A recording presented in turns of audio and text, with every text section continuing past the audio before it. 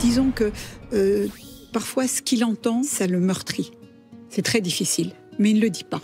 Il garde pour lui. Avant, il parlait beaucoup plus facilement. Maintenant, il ne le dit pas.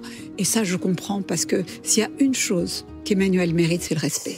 Ce moment, c'est évidemment une séquence indécente qui a beaucoup tourné, où Brigitte Macron considère que son mari Emmanuel, le méprisant de la République, a le droit au respect. Mais vous avez sans doute déjà vu cette vidéo, mais il y a un petit détail qui a son importance, c'est cette boîte en carton sur le plateau. Cette petite boîte en carton jaune, c'est une tirelire, c'est l'emblème des pièces jaunes, une opération caritative lancée en 1989 pour améliorer la vie des enfants et des adolescents malades. Une initiative qui est louable et que ce soit clair, on n'a aucun problème avec ça. Ce qui pose véritablement problème, par contre, c'est l'instrumentalisation politique qu'il y a derrière. 5 ans plus tard, cette initiative sera aperçue et récupérée par une certaine Bernadette Chirac. Visiblement, elle s'emmerde dans la vie et surtout, elle voit une occasion d'embellir son image et par ricochet celle de son mari, Jacques Chirac, sur le point de devenir président de la République française. Et une fois que celui-ci est devenu président de la République, eh ben on voit ce tandem des Chirac avec le mari qui démolit de son côté l'hôpital public et sa femme qui se pointe chez toi au JT dans la télé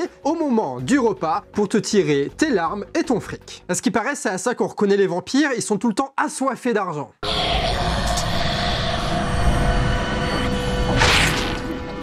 Eux, en fait, ils en ont jamais assez, ce qui fait que logiquement, toi, tu en as toujours trop. Notre sueur et notre énergie vitale ne leur suffisent pas. En plus de ça, il faut qu'ils passent à la télé pour aller grappiller ce qu'il y a au fond de nos poches. Ouais, les bourges avec le pognon, c'est comme les punaises de lit avec le sang, c'est là où elles se rejoignent et qu'elles se développent.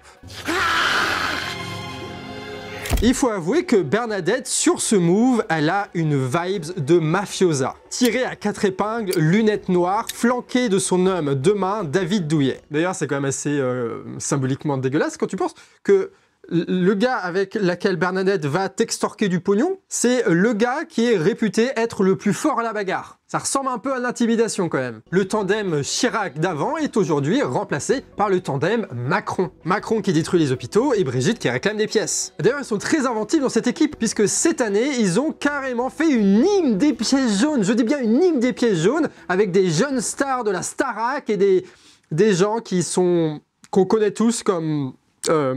peut-être qu'ils sont sur TikTok, peut-être que c'est ça la vérité.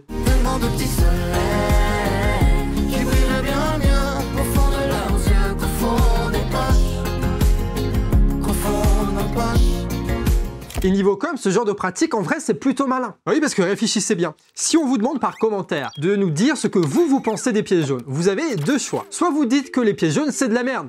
Donc, vous êtes contre les enfants malades et contre l'hôpital. Ce qui fait de vous quelqu'un de très condamnable et du coup, vous avez perdu, quoi. Par contre, si vous dites que vous êtes pour les pièces jaunes, et ben là, vous vous retrouvez dans une situation où vous soutenez Emmanuel Macron, la Brigitte et compagnie. Du coup, vous êtes un macroniste. Face, tu perds, pile, Macron gagne. Bon, après, vous me direz, Didier Deschamps, il est quand même vachement moins intimidant que David Douillet. C'est vrai. Mais en même temps, ça compense le fait que tu as Macron qui est, lui, beaucoup plus violent contre l'hôpital. Parce que je sais pas si tu sens, mais avec le retour de la grippe, là, et ben c'est l'occasion aussi de parler du fait que Macron n'a absolument rien fait depuis le Covid pour l'hôpital. Les hôpitaux sont en déficit, les personnels sont à bout et les patients sont de moins en moins bien reçus. Quand ils sont reçus. Nuance importante. Ces problèmes qui sont connus par tous depuis au moins 20 ans sur le problème de l'hôpital public, eh ben, il a des réalités très concrètes pour nous. Dans l'Essonne, par exemple, tu as une femme de 20 ans qui est décédée parce qu'elle attendait dans les urgences depuis trop longtemps sur un brancard et que personne ne pouvait la prendre en charge. Et ça, c'est une tendance de fond puisque depuis plusieurs années,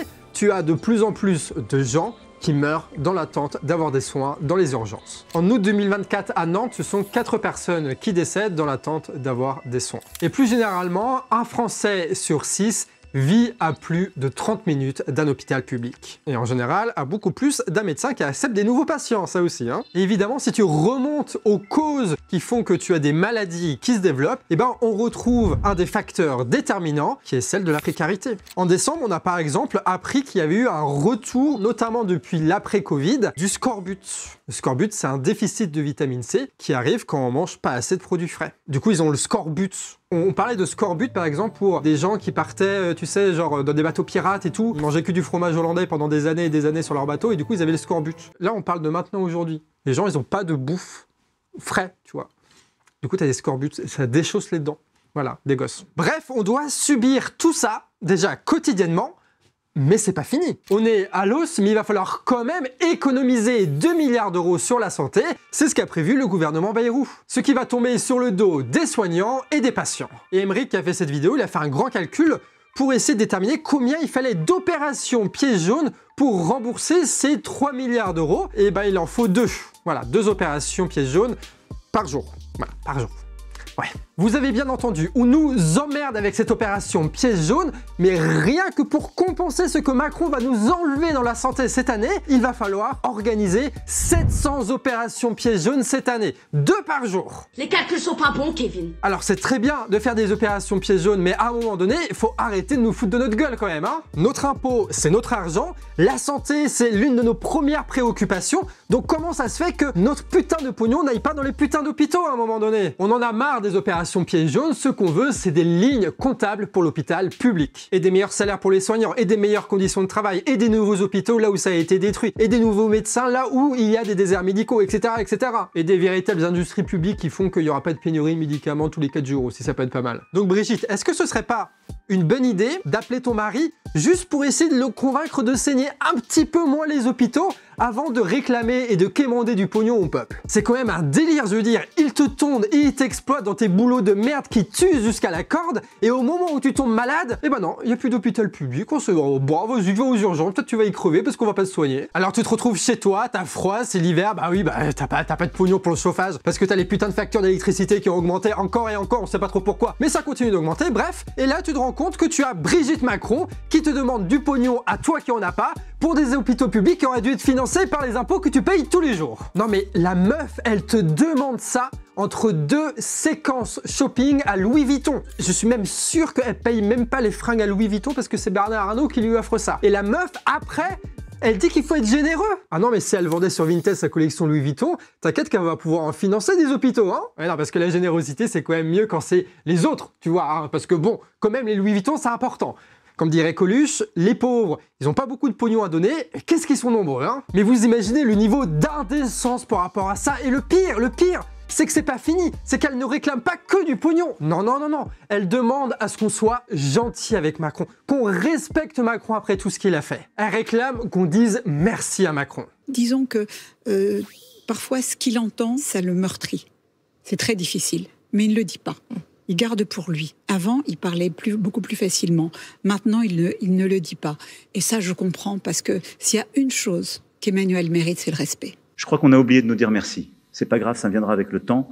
L'ingratitude, je suis bien placé pour le savoir, c'est une maladie non transmissible à l'homme. Ça leur suffit même plus notre pognon. Non, ils viennent jusqu'à mendier notre respect, nos remerciements. Sauf que nous, on a été bien élevés, hein. On sait que le respect, ça ne se demande pas, ça se mérite. Donc non, on va pas remercier Macron et on va rien leur demander.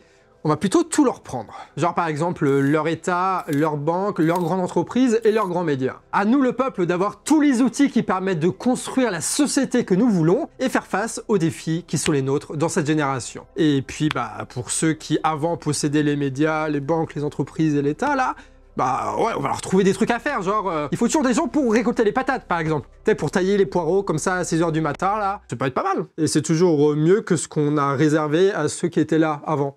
Je sais pas si tu te rappelles. C'était Le Canard Réfractaire, votre média indépendant que vous pouvez soutenir directement via Tipeee en description. Ça a été écrit par Aymeric et Pixel, et Kouro s'est retrouvé au montage. Et pense aussi à partager cette vidéo à des gens qui sont énervés face à ces trucs-là, ou même qui ne perçoivent pas le problème que posent les pièces jaunes. Allez, sur ce, des bisous, et à la prochaine.